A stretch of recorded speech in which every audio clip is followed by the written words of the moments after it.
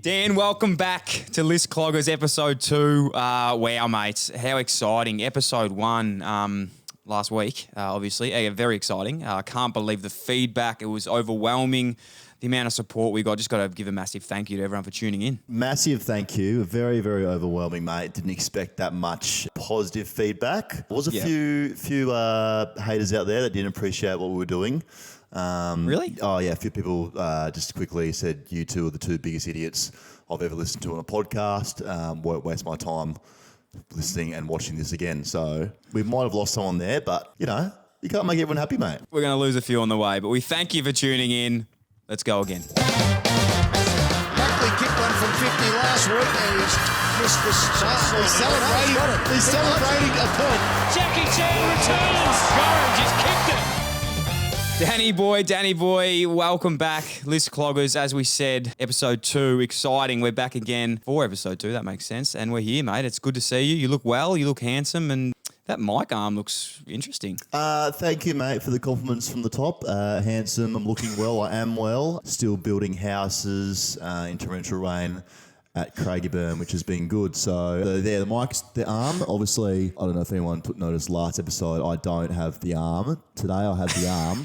I just don't have the clip that goes into the table. So we're slowly getting there, mate. Like I said, Rome wasn't built in a day, deal. You know? It wasn't, mate. And you don't want to start at this, supreme, people want to be here for the journey. They want to see it from rags to riches. And we're just starting it, mate. We're just two battlers just going at it and having a chat and seeing if we can make some people happy along the way. And that's what you do for me. And that's why I like being around you, because your aura is strong. And so is the List Clogger aura, by the way. I know we mentioned it off the top, but I just cannot thank everyone enough for tuning in and sending their love and their hate. We love it. We feed off it. It's fantastic. It's beautiful. And thank you so much for that. So List Cloggers out there, it's been great. Some of the videos we got Dan to share later in the fan engagement section is just, as you it's said, up there with it's up there with some of the best I've seen. We've got an amazing List Clogger community. We're probably a bit of a footy club, aren't we? We're a List Cloggers footy club. Well, yeah, we are. We're a community. You know what we are? We're blessed. Oh, always blessed. Blessed we have some great people around us and great supporters. You know, when we're running the show, like they're listening to it, but we're not above them. You know, it's for them. No. We're all together here doing community. this. So we appreciate the feedback, the videos, the support, the love. Thank you very, very much. And we said as well, mate, as soon as we get back out of COVID, out of the big COVID-19, as they say, we're going to be getting peeps in the studs and real hanging out and smacking some cans together. Yeah. If you're over 18, if not, it'll be some cordials. It'll be good. So, mate, just quickly, what's news? What's news with you? Bit happening, obviously. Did you hear that Trump got COVID? Yeah, amazing, isn't it? I've got a theory on this, actually. Oh, here we go. I don't reckon he had COVID. Do you reckon someone planted it on him? I reckon someone planted it on him. I reckon he's... On him. In him. I reckon he's just... he obviously, I don't know if... And we don't like getting political here because we don't really know a lot about politics. It's something we try and stay away from because I don't know about you, but I don't know the first thing about... I'm pretty sure it's actually pronounced politics. Oh, yeah, we don't get into politics, but he's done this because he lost that debate against Joe Biden. Against Joe Biden. So I think he's gone, you know what? He's done a Dan Gorringe in the debate. He's gone, shit. Joe Biden might have got me here. I might be on the way out. I'm just going to get COVID. I'm getting COVID. I'm sacking myself. I'm out. It's great effort. So maybe he might listen to List Cloggers podcast. Donald Trump is a List Clogger. I think Donald Trump's a List Clogger. We'll reach out to him. Yeah, we'll have him. We need everyone we can get. We love the support. So that's me. Probably don't need Donald Trump. No. Let's be honest. How about you? Inform us all of what you've been up to, mate. Not much. I went to the dog park the other day. Actually got into a bit of look, I'm not an aggressive person. Yeah, you know you're not.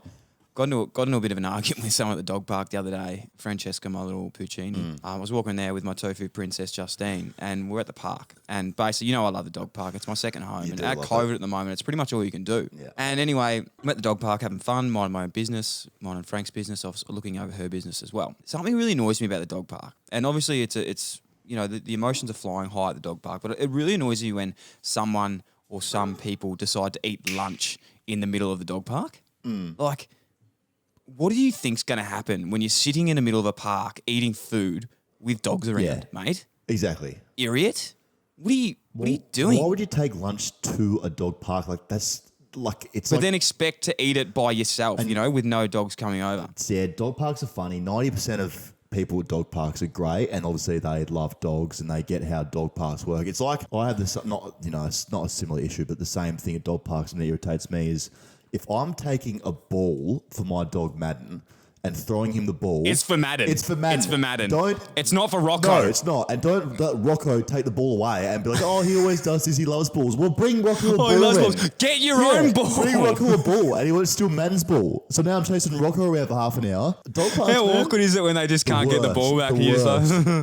Yeah, no, it's all good. We've actually got to go soon, and Madden just got one throw, but that's fine. Exactly. So thanks for Rocco ruins my time. Don't be a Don't Rocco. be a And Rocco. like Just Rocco. No, don't yeah. eat lunch at the dog park and don't just bring Or your be a dog a Rocco. ball. Don't be a Rocco.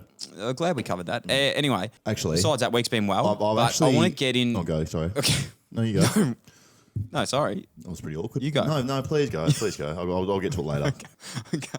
Mate, I thought we could set the scene on our friendship as this is a new podcast. I know we've done it a little bit, but throughout Dylan Friends, and we've had a bit of a chat about this, but I thought it'd be really good to have a chat about how we first met, set the scene for people because you can see how friends come about. And we love friendship, as we know, and we always have differentiating stories about how we first met. So first I'd like to ask you, what are your first memories of me? First memories, I thought you were like the popular guy. Like this guy, he runs this dog park, you know. Yeah. I'm a little sausage dog and this is a big pit bull. And then I got to know you more and more and then realised this guy is a sausage dog as well. Okay, he's not the big pit bull that he looks like. He's funny, he's got jokes. Yet the first thing I noticed was the hair was like, okay, I've never seen anything like that in South Australia before. Because we met on, if I'm correct, AIS?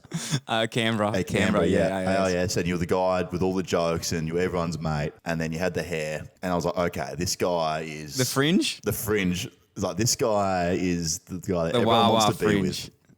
Real interesting Fringe. You've sort of ruined this for me because you've been way too nice. Because I know. My memory's You different. always do this. Every time we have... Even My answer, here memory's we go. different actually. Go. Tell everyone. We met at the AIS and somehow we both made it. You were over 200 and could run, and my dad used to play AFL. So basically we both got gifted into this program. But my first impressions of you were you didn't speak for about 6 months. No, I didn't. You were a big loser. You, believe it or not, your nose was bigger back then. You've grown into it since somewhat. Appreciate that. Grown into it. And all you do, basically for anyone listening out there, the AIS program, and we're not trying to name drop here because you know we are list cloggers. The AIS program was basically 30 of the best young talent in Australia. And it's laughable that we were even in that, to be honest. Oh, but it's a joke. we were in that, and it's like, 10 from SA, 10 from Vic, NT, WA, all these guys come together. All the SA guys would just hang out by themselves. Yep. Like, you guys wouldn't, come and have a chat with Sam anyone else. Day, Chad Wingard, Jared Pollock, Jack Homps, don't talk to us. We're from SA, okay? Leave us alone. 99% sure Jared Pollock wasn't there, but we'll go with that anyway. He popped in and out, I think. From memory. You might not see him there. You won't hang out with us. But the first memory of that I had of you, and it was a funny one because I knew you were a funny guy, Dan. I've always seen this in you, and you know this. I've had faith in you since day one. I said, this guy's a funny guy, but he's a little bit shy. So one day we're sitting on the bus. We're in South Africa. So we're over there on a bus. I don't know what we're doing, but we're on a bus, and it's a long travel. And Matty Lloyd, who was one of the coaches, gets up the front of the bus, and we're a little bit tired, and everyone's really quiet. No one knows what to say, and Matty Lloyd goes, "All right, boys, got to start talking up. Does anyone have a special talent?" And no one was saying anything. No one at all. And we just probably had a chat before this. I was like, geez, I've got to get Goz out of his comfort zone. I know he's so funny, but he just needs to be pushed. And I was like, yeah, Lloydie, Goz can rap. Sorry, no. Was it rap? Yeah, it was Beatbox. rapping or beatboxing. Goz can I said, beatbox. Goz can beatbox. I said, Lloydie, Goz can beatbox. So you just sat there and Lloydie's going, Goz, get up here, start beatboxing. And you Haven't just sat said there a in your word chair. yet, the whole camp. I remember this now, and I think I literally did beatbox. Like, South Africa.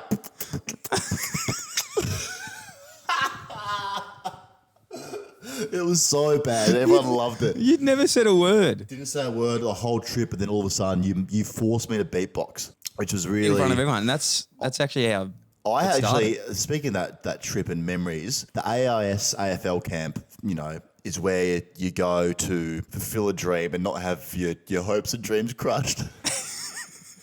And for one poor kid who was on the camp, I don't think we should name him. He was there to obviously make it at the top level and impress all the recruiters. And now he was a big lad. He was my size, but he was probably, he was built. Anyway, Deal can take a lot, but when he's like off you, he's just off you. So this guy was like obviously trying to talk to him, maybe told him a joke. Deal somehow, I'm a bit foggy in this situation. Deal pushed him over in the bus. He fell flat on his ass in front of every recruiter at the AIS AFL camp, and guess what? Didn't get drafted because you embarrassed him in front of everyone on that bus. In front of everyone on that bus. I object to that. There's a very different story to that. But okay, that's a vicious rumor.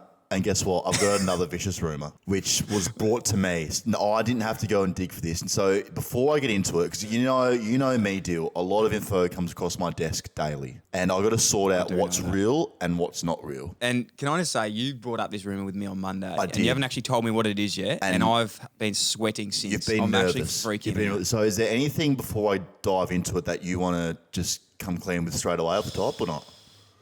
Anything that you think this might be? Man, I've seriously rattled my brain. I cannot think of it, and it's giving me like pure anxiety of what this could be. All right. Would you say you enjoy going to the races?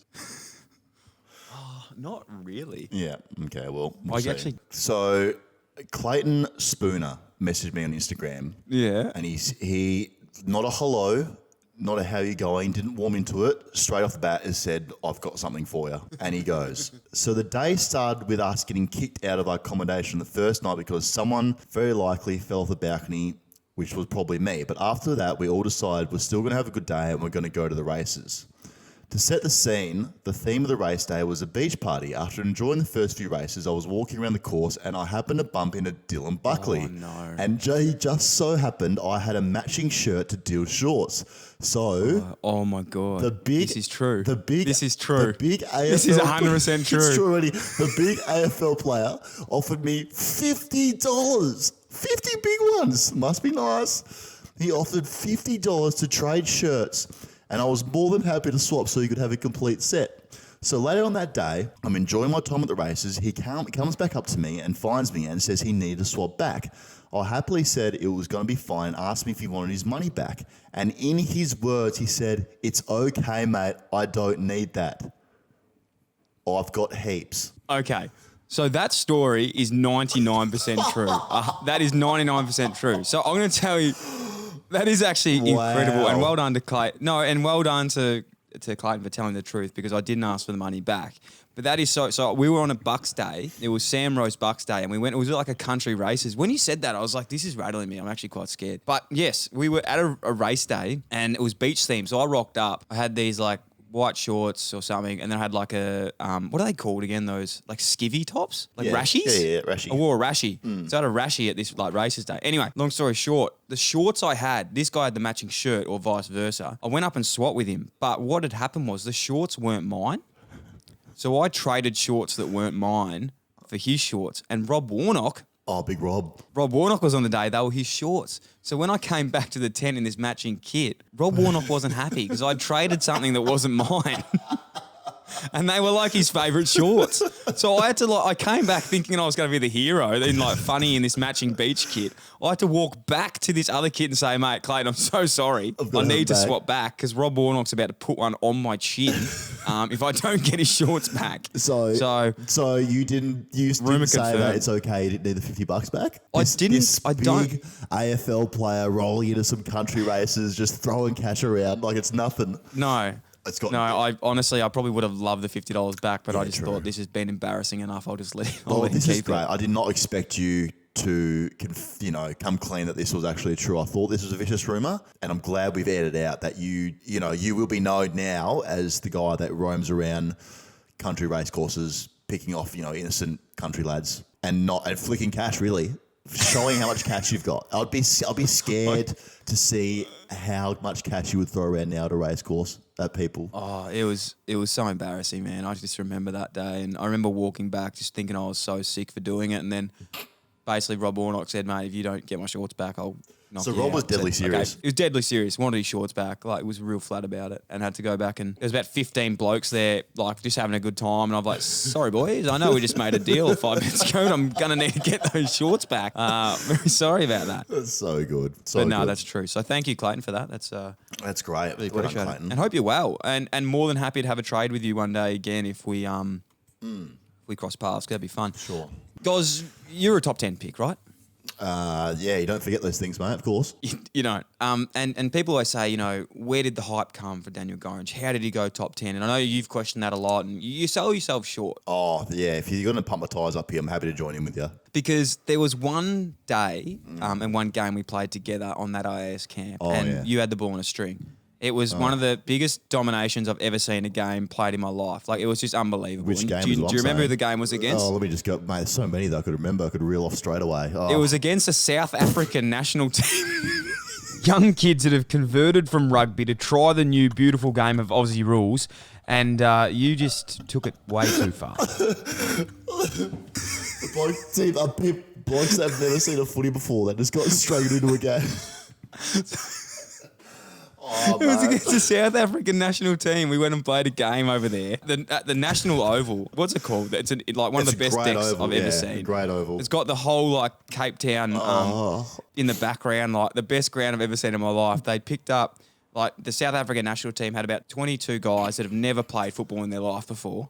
Ever. Never haven't seen a footy. 16 years old playing game, but gee whiz, you didn't go easy on Oh, mate. I saw those South African kids and my eyes lit up, mate. I was like, I'm going to have an absolute field day here with them. And you know what? I could have taken it easy on them after the first quarter. I've had, 30 hit-outs, 15 touches, a couple goals. But I said, you know what?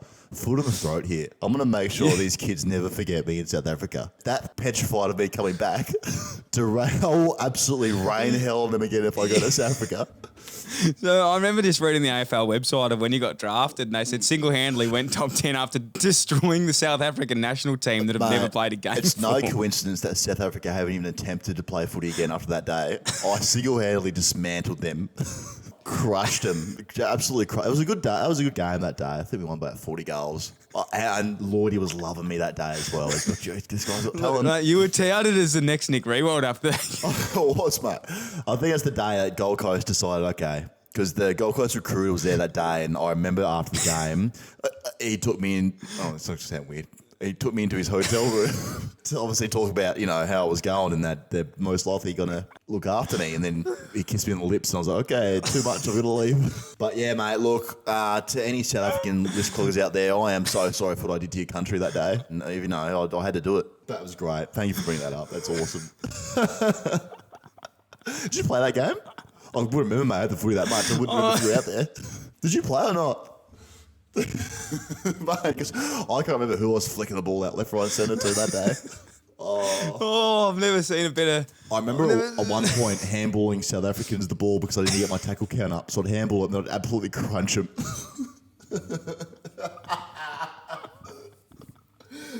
Oh, shit, man. That's funny. Okay. Woo. So, last week, we helped some. Yeah. Sorry. Last week, we helped some people. We did. When I say people, we helped some lovely, lovely people. We also had Shane Larkin on. Shano. Helped him deal with his brother, if I Nathan. recall. And hopefully they listened and they were able to maybe air some stuff out. Hopefully we helped that situation a bit. We haven't spoken to Shane yet, but we're going to get in touch with him. But we did see that he reshared it on TikTok, so we do thank you for that, Shane. Thanks, Shano. We did get in touch with Yatesy. He was right with it, said that his partner loved it as well. We're still trying to get confirmation of what he has actually got her. I don't think he's bought or anything yet. So that was just a bit of a follow-up on those stories. But guys, it doesn't stop there. We don't just help our beautiful friends and family and fans one week. We're here for the cause, mate. We are here to support people week by week, minute by minute, second by second. And we have a nice message here from a young fan named Sam, and have a listen. G'day, list cloggers. I've got a big issue that I need help with from you boys. I love the first episode. And yeah, just some suggestions and what you think I should do in this situation. Cut a long story short, because I don't have too long. But Going somewhere? I've somehow obtained the nickname Pong after stepping in some shit. And yes, that is a horrible nickname. I know, you're probably, worst nickname. I need to know from you boys how to get rid of that nickname because I can't do it anymore. Bloody Pong. Can you imagine being called Pong in public? Give me a spell. Give me some help. I need it. And good shit, boys. Love you. Oh, that's great. We love you too, Sam. We love you too. And thank you so much for sending that in. Guys, before we get into helping Sam, me being the mature one in this situation, I thought, look, Sam, I don't want to be ageist here, but he looked quite young. So I said to producer Sam, Sam, producer Sam, we need to work out how old Sam is. And we need to get permission. He did. He got off his clacker. And he went and found out. He said, Sam, look, we need to get you, if you want to feature on the podcast, we need your parents' permission. So we got Sam to send a video on his dad, just confirming that his parents are happy that he's on the show. And this is Mr. Sam's dad. Mr. Pong. Hey, Dylan and guys. Like all concerned parents, I'm turning to the experts, which I know both of you are. Okay, so I give you permission to help with looks like a doctor. Sam and his dilemma of being called Pong. You can tell he's scared about Need your expert help because otherwise I will be known as Fop, father of Pong. So if you could help, that would be legendary. Almost as good as that time that Dylan took Deledio back to the goal square, or Gozza kicked that karate-style goal against North Melbourne and gave the big fist pump, even though we were 10 goals down. Thanks for your help. Bye. All right, a few drive-bys is there by Mr. Pong as well. We love that. We love that. Now, the nickname, Pong. What are your thoughts? Oh, look, I've got a thought straight away. Names I love the nickname. But the thing about nicknames, they're not given to you. Like, I don't want to be called the South African Crusher after dominating that team, but I am, you know? So, with Sam, mate, the thing with nicknames is that, like poo and like the name Pong, it sticks until someone gets tired of it. You can't just say, I'm done with this. No. Otherwise, that's fuel to the fire. It's fuel to the fire. Yeah, exactly right. Do you see what I did there at the start? I said, I love this. I love this. I hated that nickname. But what you've got to do with a nickname, and trust me, boys and girls and listeners, because I've had a lot of nicknames, bad ones too. But you know what you got to do? You've got to embrace the nickname. Exactly. People call me Frodo. I'm like, oh man, that is so funny. I absolutely love that. It's that sloth from Ice Age. That one hurts a little bit. That one hits in there a little bit. Smash crab head. Okay, these ones are more of the upsetting ones. But you know what you do there? Sorry. Oh, yes. You know what you do there is you embrace it. You embrace it and you say, I love Pong. It's so good. I love that nickname because people only call you nicknames when you don't like them. And when you fight a nickname, it sticks. Ugly head, ugly hair, ugly head face. Is what they're calling you, apparently. My mates are telling me that's what they're calling you. Oh, I love those things. I love those names. Small head. Okay, sorry. I love them. They're great. Okay, now I don't want to call him that anymore because he likes it. Yeah, exactly. Okay. Exactly. It works. Great advice. Problem solved. So, Sam, if you're listening, embrace it. Embrace it. I'd be calling myself Pong. I'd do be what Dill just did. Just Just cop it on the chest and just roll with the punches. Roll with it. Embrace it because if you embrace it, then joke gets old. It's like those bullies, you know. Don't give them the satisfaction. Tell them you love it. That's and then they go, well, you know, why am I doing this? I'm not getting a reaction anymore. Yeah. In saying that, though, Smash Crabhead really, that hurt a little. I can't even pretend that I like that one. Smash Crabhead. Do crabs even have heads? Must look like mine. Yeah. Half-chewed minty. No, that's you. Oh, okay. That's fair. Yeah. Pinocchio. Keep going, sorry. And as I said, Dan, we don't stop there because we've got another one here. And this one is something that everyone's been asking for. And I thought, look, we've got to get it done early because we like giving the people what they want. And Alex Collins actually slid into my DMs and he sent me this. And this is a photo that's made up and it looks very well done. So well done, Alex. Someone's a professional. Creating this. It's very, very professional. The photos there of us look... I look great. I don't know what you're doing. Quite strange. I'm not sure what I was doing there either. But these is apparently our career stats lined up against each other because early on in the show and throughout Dylan Friends and throughout this relationship, we've always said we've got to get to the bottom of who's a better player. Yeah. And look, it's not going to be sorted after one It's not going to be sorted after one argument. As we said, we've got the AFL 9s, all the 18s coming up that we're going to pick teams of all our favourite people that we've had on the show and play against each other. But this is just one of the many facets that we're going to be judging each other on. Yeah. Because let's be honest, if we just did it on one, everyone knows I'm 10 times better than you. The only good time you've ever played is against South Africa. This is a stat. So True. let's get into it. Games, obviously I beat you there. Kicks, I beat you there.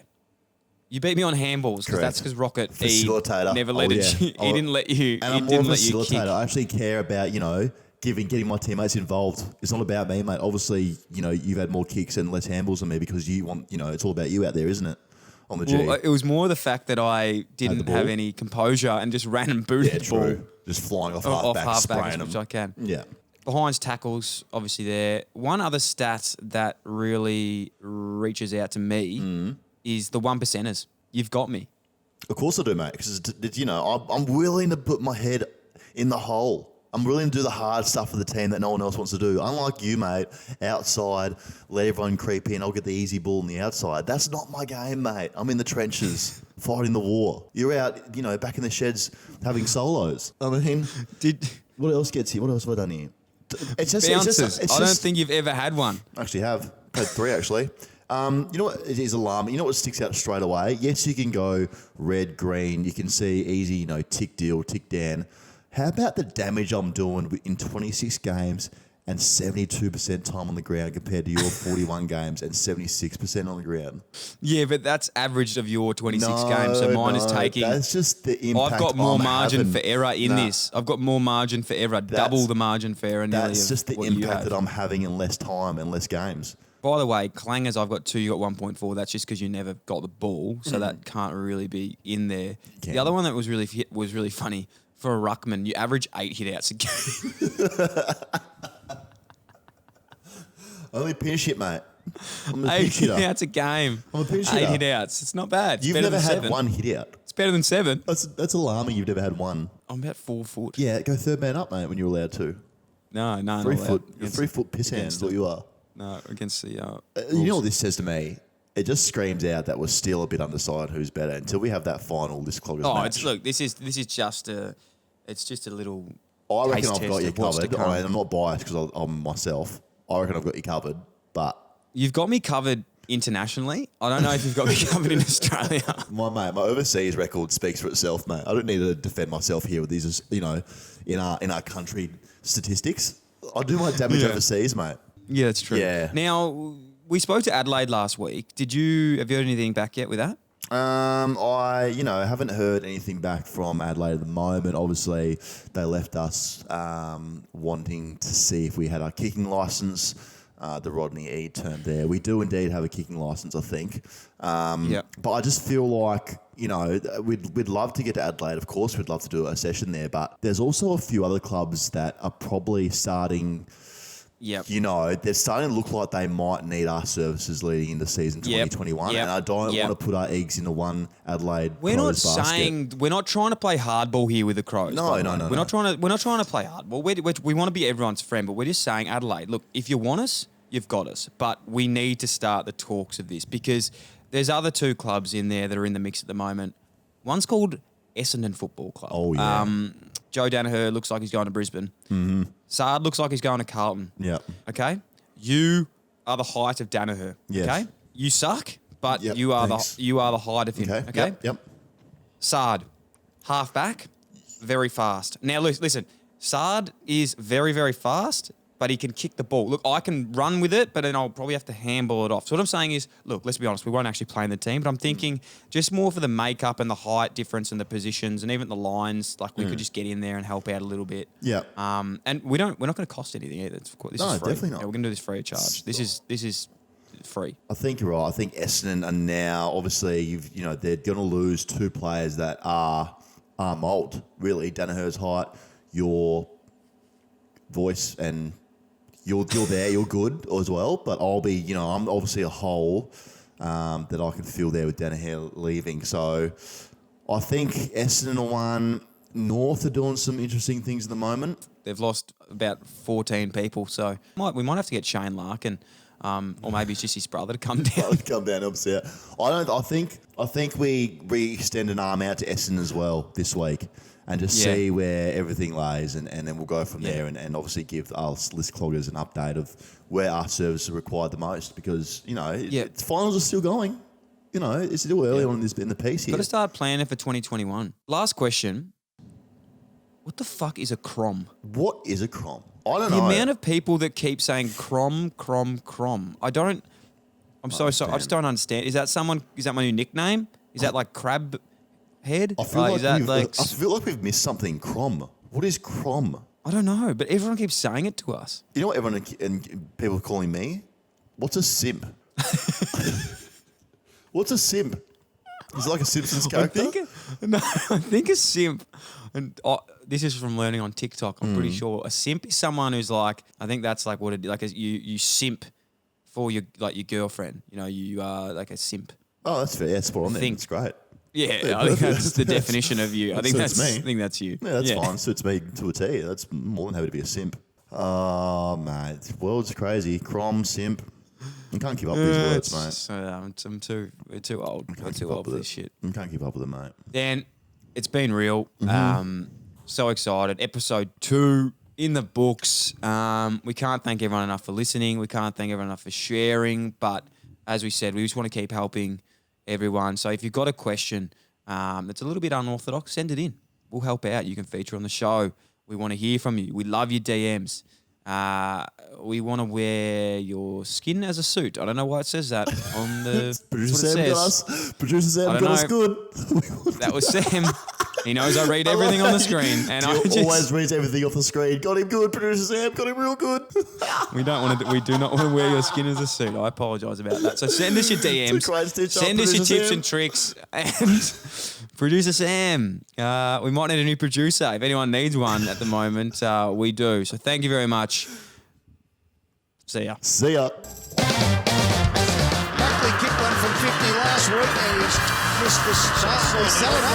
He's celebrating a point. Jackie Chan returns. Gorringe has kicked it.